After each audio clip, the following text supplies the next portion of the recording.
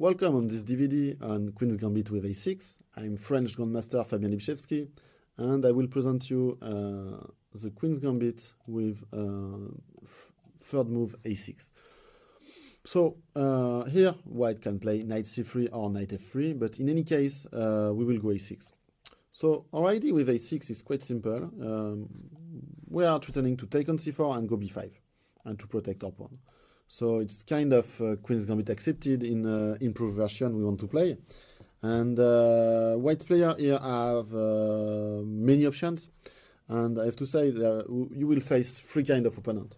So first kind of opponent will not try to understand why we are playing a6 and just want to play their stuff.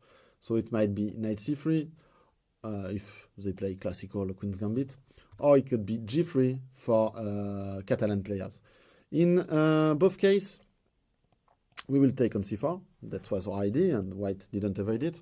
And we want to go b5 to protect the pawn. So on a move like e3 or e4, attacking the pawn on c4, then we go b5, and we have one pawn up. So we will analyze this kind of position.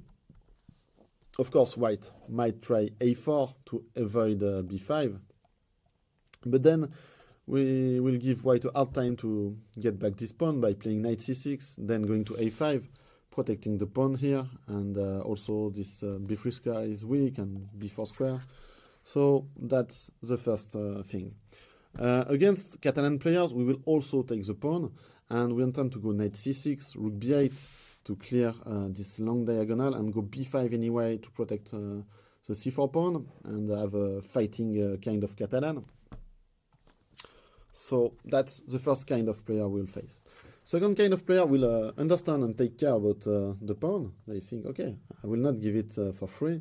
So they might play a move like e3 to protect the pawn, or maybe knight d2 or queen c2. Yes, all this is possible. Usually a move like e3 is not scary because, okay, white protects the pawn, but they are closing their own bishop. And we want to play knight f6, and after a move like knight c3, then we will take anyway. And when white takes on c4, we will go b5, and we will play bishop b7, knight d7, c5, and we will have a kind of Meran position with good play for black. So we will analyze all this, and one more time, white might want to play a4, but don't worry, we will see all this in next chapters.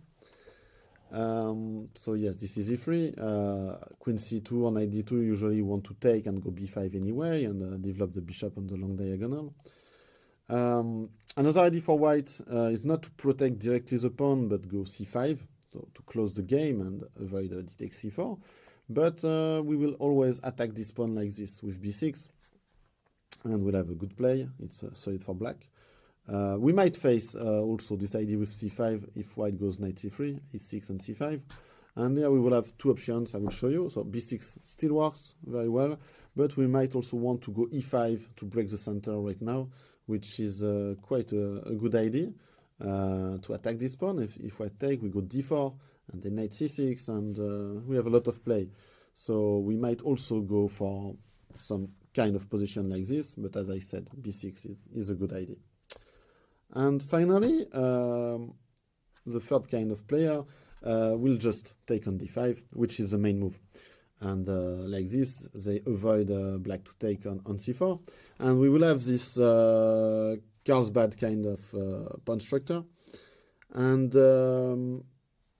it's more or less what we want when we play a6, to provoke white to go into this Carlsbad position. So of course it's interesting for both sides. But the good thing for us is that our light square bishop, which is usually our bad bishop in a Queen's Gambit, find now a good diagonal easily. We solve the problem without doing anything. And we might want to develop the bishop on f5 or on g4, depending on what white will do. So here the main move is knight f3 by far, but white could also try to play bishop f4 immediately, or also an aggressive move, queen b3, attacking immediately the pawn on d5. On queen b3, I chose to show you a line with c5, counter-attacking the pawn on d4. So there will be a lot of theory. That should probably be the most critical chapter. But usually white will go knight f3. And here I chose the line with h6, which seems a little bit provocative to go a6 and h6 so early in the game. But the idea is simply to go knight f6, protect the pawn, avoid any bishop g5, and then develop the bishop on d6. For example, bishop f4, knight f6, e3, bishop d6, and having this kind of position. So we have a solid position. We can castle, not too soon, but we can go bishop g4 or bishop f5, and we have yes, very solid position. And that's what we intend to play. So in the different chapter, I will try to analyze the best way I can, and to show you the ideas of the position and the theory.